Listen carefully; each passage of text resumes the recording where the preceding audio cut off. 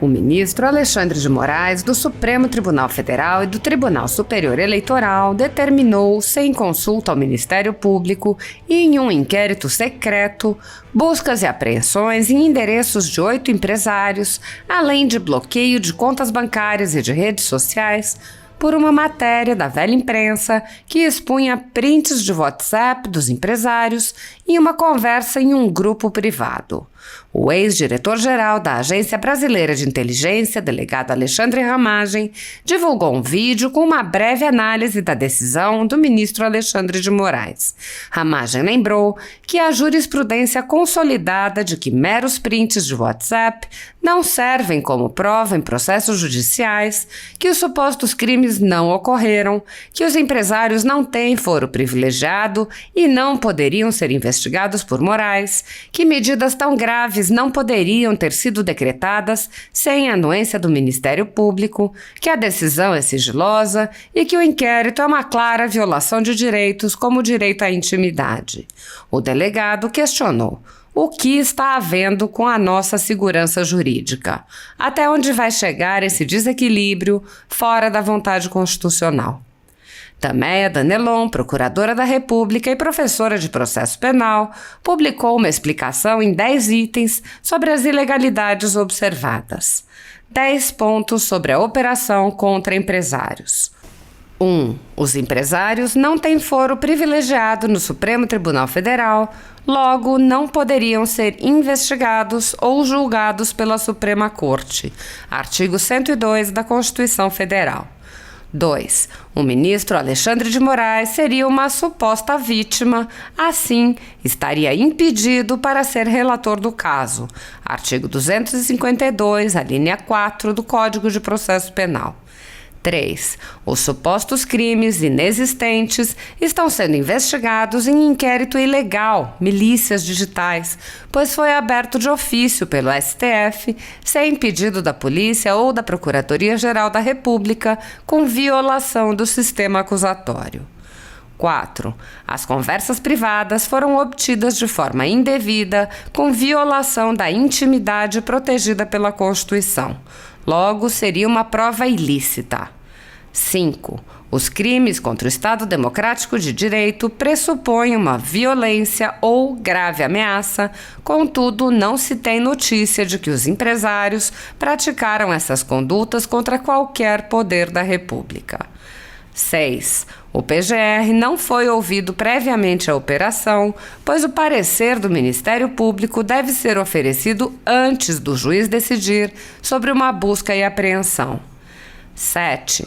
O perfil do empresário Luciano Hang no Instagram foi bloqueado sem que fosse indicada qual mensagem enviada por ele no grupo de empresários teria eventual conteúdo ilícito. 8. O eventual bloqueio de contas bancárias dos empresários seria completamente desproporcional e não se presta a apurar o suposto crime cometido pela palavra escrita.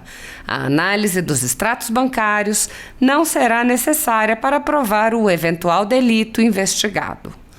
9. Advogados ainda não tiveram acesso à decisão que determinou as buscas e apreensões e os bloqueios das redes sociais, fato que viola o princípio da ampla defesa. 10. De acordo com o que foi divulgado, tem-se apenas conversas privadas trocadas por senhores sobre política, algumas críticas ao sistema de apuração de votos e ao STF. Críticas essas que não configuram crime, apenas a liberdade de expressão.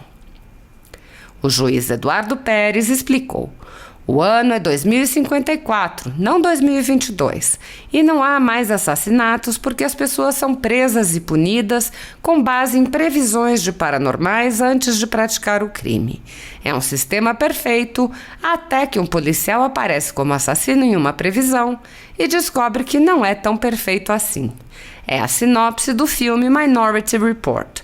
Na prática, isso não deveria acontecer. O iter criminis, caminho do crime, tem 4 etapas: cogitação, preparação, início dos atos executórios e consumação do crime. Cogitar, pensar sobre o crime, planejar todo um crime, ainda que em um grupo, não é crime. Ninguém pode ser punido por cogitar praticar crime, ainda que moralmente reprovável. As pessoas são livres para pensar. A preparação não é punível, a não ser que constitua crime autônomo. Por exemplo, adquirir arma de fogo ilegal para praticar um homicídio. Responde pela arma, não por homicídio que nunca aconteceu. O direito penal é voltado à sanção do que aconteceu, não do que poderia acontecer.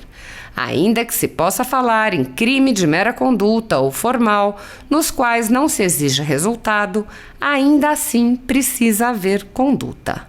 A pessoa pode ser punida pela mera violação do domicílio ou apenas por produzir moeda falsa, mas não pode ser punida por cogitar invadir domicílio ou planejar produzir moeda falsa. Punir não o que se fez, mas o que se poderia fazer, não é típico de Estado de Direito, mas de regime ditatorial ou totalitário, no qual se busca um julgamento político e não legal. A cogitação não se relaciona com a presunção de inocência, porque esta trata do direito da pessoa não ser considerada culpada, enquanto não apuradas autoria e materialidade. Na cogitação, não há crime. Ainda que se descubra um caderno contendo os planos detalhados para matar alguém ou roubar um banco, se não há ato preparatório punível como crime independente e não há início dos atos executórios, não há conduta a ser sancionada. O direito penal não se presta a coibir o pensamento, a imaginação, nem mesmo o planejamento conjunto. Nem mesmo a Lei 14.197 de 21, que traz os crimes contra o Estado de Direito e contra as instituições democráticas, prevê a cogitação como crime. Pelo contrário, diz que a manifestação crítica aos poderes, por passeata, greve ou aglomeração, não é crime. Não existe o crime de livre expressão, muito menos o de pensar ou cogitar. Criminalizar o pensamento cria um estado de terror, cuja política do medo se espalha impedindo a liberdade e estimulando o denuncismo, como vimos na história. A deputada federal Bia Kicis apontou: todo o processo e as condenações em 3 instâncias do Lula foram anuladas porque o STF decidiu que o Foro de Curitiba era incompetente para julgá-lo.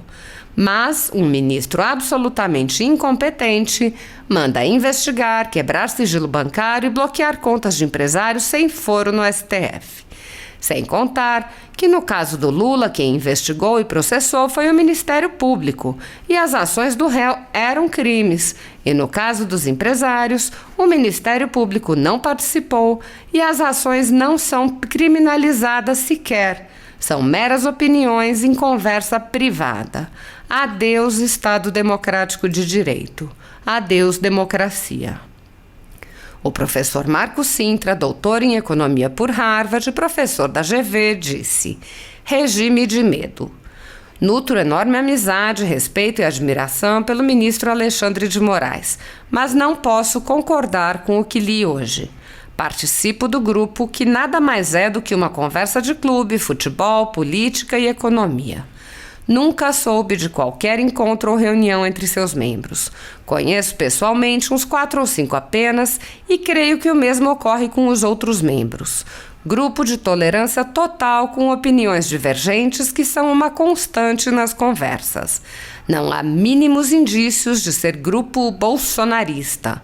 Eu, que fui exonerado pela incompreensão e impulsividade do presidente quando servi na Receita Federal e concorro a vice-presidente em chapa adversária dele, não sou bolsonarista, mas se fosse não seria pecado.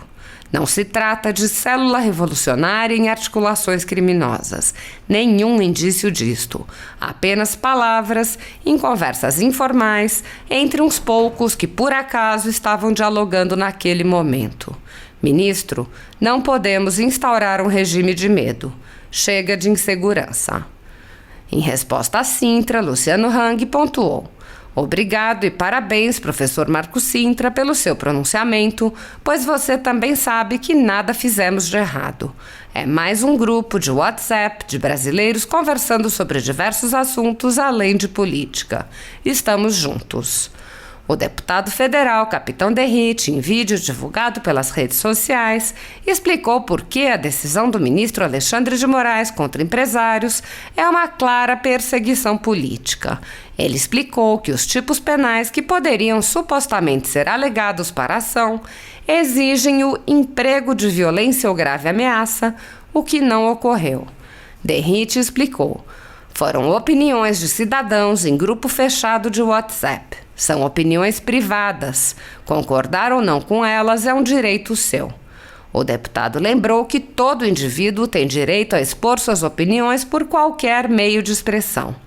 Derrite disse: é por esse motivo que digo, sem medo de errar, que a decisão do STF é absolutamente abusiva e com evidências claras de perseguição. O deputado lembrou: todo ditador diz que é democrático. A Coreia do Norte diz que é democrática e popular.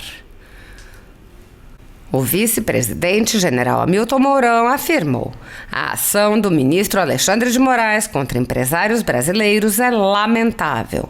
Num momento vital para o país, próximo à eleição, não posso concordar com mais essa atitude autoritária e ilegal. Abusos como esses motivaram os ingleses a formar o artigo 39 da Carta Magna de 1215. O senador Lazier Martins constatou: Alexandre de Moraes chega ao fundo do poço das arbitrariedades. Tarcísio Gomes de Freitas, ex-ministro de Bolsonaro, criticou: o que aconteceu ontem foi extrapolação.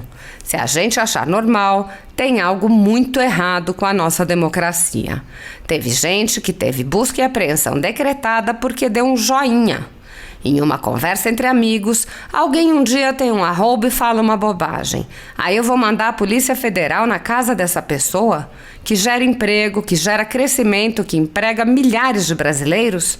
Não vejo que uma conversa num grupo de WhatsApp entre amigos tenha qualquer condão de promover um golpe de Estado. Para promover isso, você teria que combinar com os russos. Quem é que vai dar o golpe? Meia dúzia de empresários? Isso não faz o menor sentido. O vereador Fernando Holliday disse: não é preciso ser um bolsonarista para reconhecer que as ações determinadas por Moraes contra empresários são absolutamente desproporcionais. O STF está instaurando um totalitarismo perigosíssimo e que fere gravemente as liberdades individuais. Em editorial, o jornal Gazeta do Povo apontou: quando opiniões políticas emitidas em caráter privado se tornam motivo para mandados de busca e apreensão, e aqueles que as emitiram precisam comparecer diante da Polícia Federal, podemos muito bem dizer que já não estamos apenas diante de um editor da sociedade, nem de um poder moderador, expressões efetivamente usadas por membros do Supremo Tribunal Federal para descrever a própria corte, mas do próprio grande irmão orwelliano que pune até mesmo pensamentos considerados inconvenientes no que o autor de 1984 chamou de crime-ideia. A operação policial contra 8 empresários, deflagrada na manhã desta terça-feira, é um abuso sem precedentes na história recente brasileira. E se usamos o termo sem precedentes no país dos inquéritos teratológicos que já renderam censura à imprensa e violação da imunidade parlamentar, é porque novos limites foram ultrapassados. Os excessos apontados no caso dos empresários se tornaram marcas registradas dos inquéritos políticos conduzidos pelo ministro Alexandre de Moraes, no chamado inquérito do fim do mundo e nos inquéritos dele decorrentes. Já houve prisões políticas sem que houvesse sequer indiciamento das pessoas presas, imposição de uso de tornozeleira eletrônica e prisão domiciliar em endereço diferente de onde as pessoas moravam, quebra de sigilo de parlamentares, inclusive de um senador, quebra de sigilos do ajudante de ordens do presidente da República, quebra de sigilos de pessoas e empresas, inclusive de veículos de imprensa, censura de veículos de imprensa e de parlamentares, bloqueio de redes sociais de jornalistas, veículos de imprensa e parlamentares, buscas e apreensões em empresas, residências, inclusive de um general da reserva, residências de familiares e gabinetes de parlamentares. Proibição de contato entre pessoas que muitas vezes nem se conhecem. Proibição a parlamentares de concederem entrevistas. Intervenções no comando de partido político, entre outras. A totalidade da renda da Folha Política, assim como de outros canais e sites conservadores, está sendo confiscada a mando do ex-corregedor do TSE, Luiz Felipe Salomão, com o apoio e aplauso dos ministros Luiz Roberto Barroso, Alexandre de Moraes e Edson Fachin. Há mais de 13 meses, todos os rendimentos do jornal estão sendo retidos sem justificativa jurídica. Se você apoia o trabalho da Folha Política e pode nos ajudar a continuar nosso trabalho, doe qualquer valor através do Pix, usando o QR Code que está visível na tela ou com o código ajude@folhapolitica.org. Há 10 anos, a Folha Política vem mostrando os eventos da política brasileira e dando voz a pessoas que o cartel midiático quer manter invisíveis. Pix ajude@folhapolitica.org. Assista. Uma breve análise da decisão de hoje do ministro Alexandre de Moraes, que determinou busca e apreensão, quebra de sigilos, bloqueio de contas bancárias, bloqueio de redes sociais de 8 empresários, por supostamente trocarem mensagens golpistas. Primeiro, a STJ já consolidou que meros prints de WhatsApp não servem como prova em demandas criminais. Segundo, crimes contra instituições democráticas, segundo a nova Lei de Segurança Nacional, exigem conduta de violência, que, lógico, não houve, e de grave ameaça, que é o quê? Intimidação, um ato capaz de dar certeza de que vai acontecer, que lógico também não houve. Portanto, não houve crime.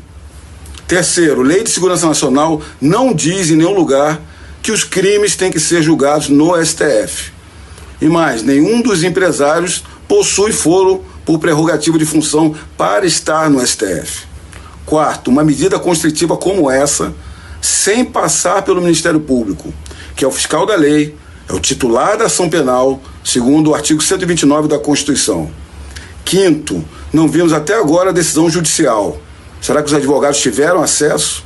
Ou está havendo violação ao Estatuto da Ordem? Sexto, talvez o mais importante, direito à intimidade, do artigo 5º da Constituição. Nós não vamos mais poder conversar em casa, conversar na rua, no trabalho, sem haver qualquer ilícito. Vão entrar na intimidade das pessoas, adentrar sigilo bancário, sigilo de comunicações. O que está acontecendo com o nosso ordenamento jurídico, com a nossa segurança jurídica? Até onde vai chegar esse desequilíbrio, fora da vontade constitucional? O ministro Alexandre de Moraes determinou a busca e apreensão, bloqueio de contas bancárias, as contas das redes sociais, tomada de depoimento e quebra de sigilo bancário de empresários brasileiros. Esses empresários, diferentemente dos empresários envolvidos em escândalos em governos passados, estão sendo penalizados por expor opiniões em grupos privados de WhatsApp. Se o ministro alega que as atitudes dos empresários os caracterizam criminosos ou crimes contra o Estado Democrático de Direito, eu quero aqui informar a todos vocês que pela atual redação do Código Penal, com as modificações da Lei 1497 de 2021, no título que trata dos crimes contra o Estado Democrático de Direito, no crime golpe de Estado, 359-M, é necessária a conduta ativa de tentar depor por meio de violência ou grave ameaça o governo legitimamente constituído, ou ainda tentar com o emprego de violência ou grave ameaça abolir o Estado Democrático de Direito. Agora eu pergunto a todos vocês que estão assistindo aqui, foi isso que ocorreu nas mensagens veiculadas? Foram opiniões de cidadãos em grupo fechado de WhatsApp, são opiniões privadas. Concordar ou não com elas é um direito seu e de todos. Todo indivíduo tem direito à liberdade de opinião e de expressão, o que implica o direito de não ser inquietado por suas opiniões e o de procurar, receber e difundir sem consideração de fronteiras informações e ideias por qualquer meio de expressão. É por esse motivo que digo sem medo de errar que a decisão do STF é absolutamente abusiva e com evidências claras de perseguição. O ministro Alexandre de Moraes tenta criminalizar a opinião desses empresários e claramente esqueceu que a antiga lei da Segurança Nacional, a Lei 7.170 de dezembro de 83, que previa como crime a incitação à abolição violenta do Estado, foi revogada. Lembre-se, meus amigos, todo ditador diz que é democrático. A Coreia do Norte se diz democrática e popular. Fica aí para a reflexão de vocês. Compartilhem esse vídeo e não deixem de expressar as suas opiniões.